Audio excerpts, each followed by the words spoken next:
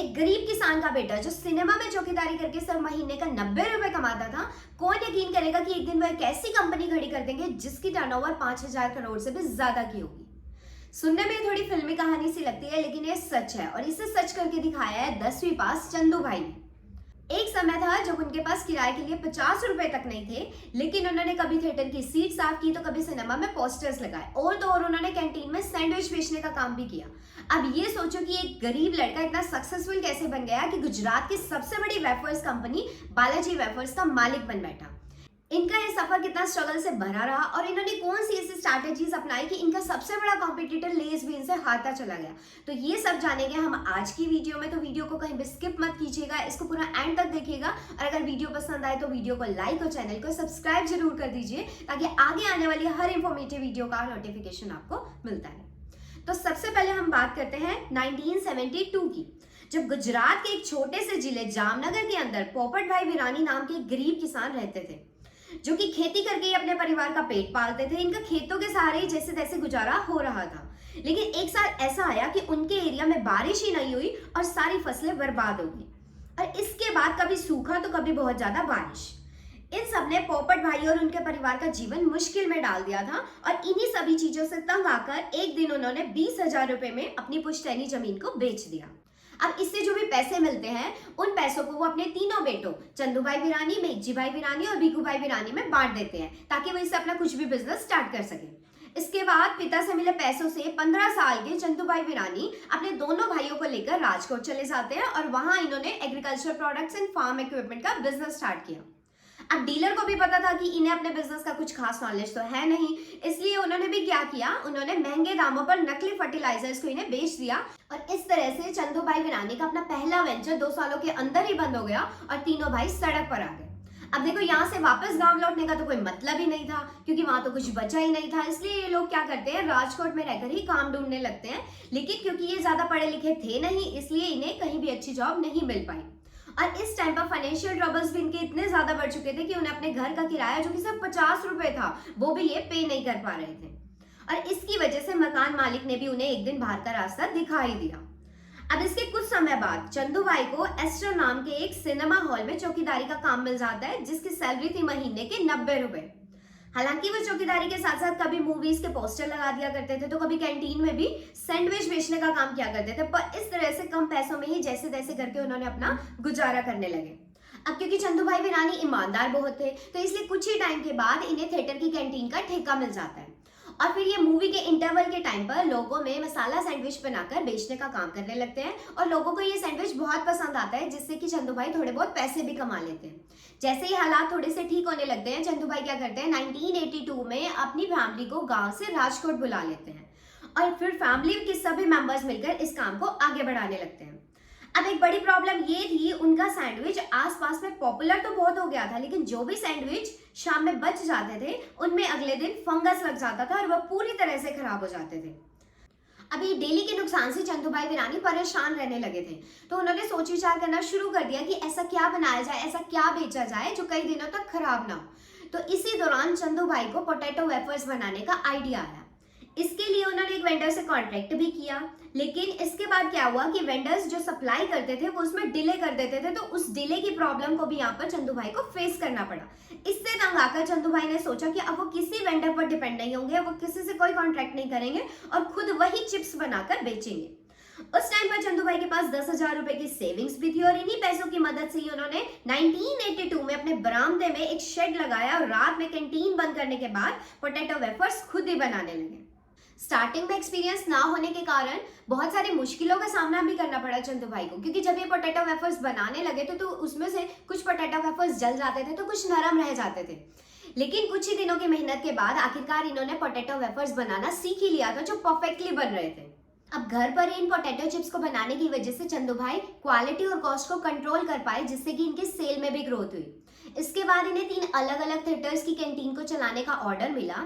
इस तरह चंदू भाई का ये काम अच्छा चलने लगा और इनके वेफर्स की डिमांड भी बढ़ती चली गई। कुछ ही टाइम में इन्होंने दूसरे मर्चेंट्स को भी अपने चिप्स सप्लाई करने स्टार्ट कर दिए और धीरे धीरे फिर ये पूरे राजकोट में भी पसंद किए जाने लगे। लेकिन दोस्तों मार्केट में और भी बहुत सारे लोग हैं जो कि वेफर्स बनाकर बेच रहे थे। ऐसे में अपनी अलग पहचान बनाने के लिए चंदू भाई ने 1984 में अपने पोटैटो वेफर्स को एक नाम देने की सोची और फिर नाम का आइडिया उन्हें अपनी कैंटीन के अपोजिट साइड में मौजूद एक हनुमान मंदिर बालाजी से मिला और फिर इस तरह से बालाजी वेफर्स के नाम के अंडर उनके ये पोटैटो वेफर्स आने लगे। फिर इस तरह से उन्होंने अपने पोटैटो वेफर्स को बालाजी का नाम दे दिया और बालाजी के अंडर उनके ये पोटैटो वेफर्स बिकने लगे थे। लेकिन ये तो बस अभी शुरुआत थी, क्योंकि इतने सारे कैंटीन्स और मर्चेंट से जुड़ने के बाद इनके वेफर्स की डिमांड और भी ज्यादा बढ़ने लग गई और एक समय तो ऐसा आया कि परिवार का हर सदस्य दिन रात मेहनत करके भी डिमांड को फुलफिल नहीं कर पा रहा था। ऐसे में चंदू भाई ने सोचा कि क्यों ना वेफर्स बनाने वाली मशीनरी लगाई जाए ताकि कम समय में ज्यादा से ज्यादा प्रोडक्शन किया जा सके। तो ऐसे में जब ये मशीन खरीदने पहुंचे तो वहां जाकर इन्हें पता लगा कि ये मशीन तो बहुत ज्यादा महंगी है और इतने पैसे उनके पास नहीं थे। तो आखिर अब क्या किया जाए? काफी सोचने समझने के बाद उन्होंने मशीन की फंक्शनिंग को समझना शुरू कर दिया था और जब उन्हें समझ आया कि ये काम कैसे करती है तो इन्होंने करीब 5,000 रुपए में बाजार से उसके अलग अलग पार्ट्स खरीदकर खुद ही अपने लिए potato piling and chopping machine बना डाली। और गाइस अगले कुछ सालों तक इसके सहारे ही इनका काम चलता रहा और इनका बिजनेस भी ग्रो करता गया। राजकोट में अब एक्सपेंशन के बाद अब चंदू भाई चाहते थे कि उनके वेफर्स देश के बाकी एरियाज में भी पॉपुलर हो, लेकिन इसके लिए जरूरत थी एक बड़े लेवल पर प्रोडक्शन की। इसलिए 1989 में इन्होंने बैंक से 1 लाख रुपए का लोन लिया और गुजरात का सबसे बड़ा वेफर्स प्लांट खोल डाला। हालांकि ये कदम उनका बहुत ज्यादा रिस्की था, क्योंकि उस टाइम में बड़े इन्वेस्टर्स या फिर अमीर लोग इस तरह के न्यू वेंचर्स में, इस तरह के रिस्की वेंचर्स में पैसा लगाने से कतराते थे। लेकिन हुआ क्या, जैसे जैसे टाइम आगे बढ़ता गया इनका बिजनेस और नंबर ऑफ कस्टमर्स की ग्रोथ भी बढ़ती गई। इसके बाद ईयर 1992 में इन्होंने अपने बिजनेस को एक प्राइवेट लिमिटेड कंपनी के रूप में रजिस्टर करवाया और साथ ही अपने मैन्युफैक्चरिंग प्रोसेस को ऑटोमेट करने के लिए एडवांस टेक्नोलॉजी वाली मशीन का यूज करना भी स्टार्ट कर दिया। क्योंकि चंदू भाई का मानना था कि भले ही मशीन्स महंगी होती है लेकिन वो ह्यूमन एरर को कम करने के साथ साथ कंसिस्टेंट क्वालिटी को भी मेंटेन करती है। इसके अलावा इन्होंने बिजनेस में अलग अलग रोल्स एंड रिस्पॉन्सिबिलिटीज को भी बांट दिया था, जिससे बिजनेस ऑपरेशंस को मैनेज करना भी आसान हो गया। और फिर डिस्ट्रीब्यूशन नेटवर्क को मजबूत करने के बाद चंदू भाई की कंपनी बालाजी पहले लोकल से उठकर रीजनल और फिर नेशनल लेवल का ब्रांड बन गई। क्योंकि जहां इनके कॉम्पिटिटर ट्रेडिशनल तरीके से चिप्स बना रहे थे, वहीं बालाजी ने इनोवेटिव तरीके को अपनाकर बहुत ही ज्यादा मजबूती से अपने ब्रांड को एस्टैब्लिश कर लिया। और इसके बाद एक मल्टीनेशनल कंपनी ने चंदू भाई को 4,000 करोड़ रुपए में अपनी कंपनी को उन्हें बेचने का ऑफर किया, लेकिन चंदू भाई ने इस डील करने से साफ इनकार कर दिया। इसके बाद बालाजी पोटैटो वेफर्स के साथ साथ नमकीन और कई दूसरे स्नैक्स भी बनाने लगे। इस एक्सपेंशन के साथ साथ बालाजी इस बात का भी ध्यान रख रही थी कि कंपनी जो भी बना रही है वो लोगों के पसंद के अकॉर्डिंग हो। जैसे कि 2006 में बालाजी वेफर्स ने गुजरात के पोटैटो वेफर्स मार्केट का 90% हिस्सा अपने नाम कर लिया था। फिर इसके बाद इनका बिजनेस और भी ज्यादा तेजी से ग्रो होता गया और ये भी ध्यान रखते गए कि दूसरे एरिया में जो ये बिजनेस कर रहे हैं, दूसरे एरिया में जो अपने प्रोडक्ट सेल कर रहे हैं, वो लोगों की पसंद के अकॉर्डिंग हो। इसके बाद इनका बिजनेस और भी ज्यादा तेजी से ग्रो होता गया। तभी अचानक 2011 में कुछ ऐसा हुआ जिसने कंपनी की मुसीबतें बढ़ा दी। असल में बालाजी के सबसे बड़े कॉम्पिटिटर पेप्सिको ने इनके ऊपर केस फाइल कर दिया था। बहुत लोगों का मानना था कि ये केस पेप्सिको फ्रस्ट्रेशन में आकर कर रहा है, क्योंकि बालाजी इतना ज्यादा पॉपुलर ब्रांड जो बन चुका था। लेकिन रीजन जो भी हो, चंदू भाई ने हार नहीं मानी। इन्होंने पेप्सिको के एलिगेशन का सामना किया और कोर्ट में आर्ग्यू किया कि पेप्सिको इन्हें सिर्फ इसलिए टारगेट कर रहा है क्योंकि बालाजी वेफर्स की ग्रोथ बढ़ती जा रही है। लेकिन सभी दलीलों के बावजूद भी हाई कोर्ट का फैसला पेप्सिको के हक में आया और कोर्ट ने बालाजी को अपने चिप्स का डिजाइन बदलने का ऑर्डर दे दिया। यहाँ पर चंदू भाई का कहना था कि लोग बालाजी के नाम पर भरोसा करते हैं, ना कि उसकी पैकेजिंग, डिजाइन और लोगो पर। और आगे चलकर हुआ भी है, क्योंकि जहां एक तरफ लेस का मार्केट शेयर धीरे धीरे घटता जा रहा था, वहीं बालाजी वेफर्स की जो सेल्स और ग्रोथ थी वो 20 से 25% से लगातार हर साल बढ़ रही थी। 2019 तक आते आते कंपनी के पास 65 से ज्यादा प्रोडक्ट की रेंज थी और इनकी रीच छोटे छोटे गांव से लेकर बड़े बड़े शहरों तक फैल चुकी थी। द इकोनॉमिक टाइम्स ने भी इनकी इस ग्रोथ और पॉपुलैरिटी को देखकर इन्हें सुल्तान ऑफ वेफर्स का नाम दे दिया। आज बालाजी वेफर्स में हजारों लोग काम करते हैं और अपने कस्टमर्स को भी ये वैल्यू फॉर मनी प्रोवाइड करते हैं।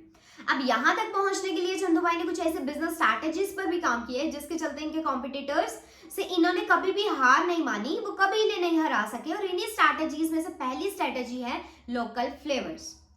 इसके लिए इन्होंने सबसे सबसे पहले गुजरात से शुरुआत की और फिर धीरे धीरे अपने बिजनेस को नेशनल लेवल तक लेकर चले गए। इसका सबसे बड़ा फायदा ये हुआ कि इन्हें लोकल फ्लेवर्स के साथ में इनोवेशन करने का मौका मिला, लेकिन ये इनोवेशन सिर्फ लोकल फ्लेवर्स तक ही सीमित नहीं रहा।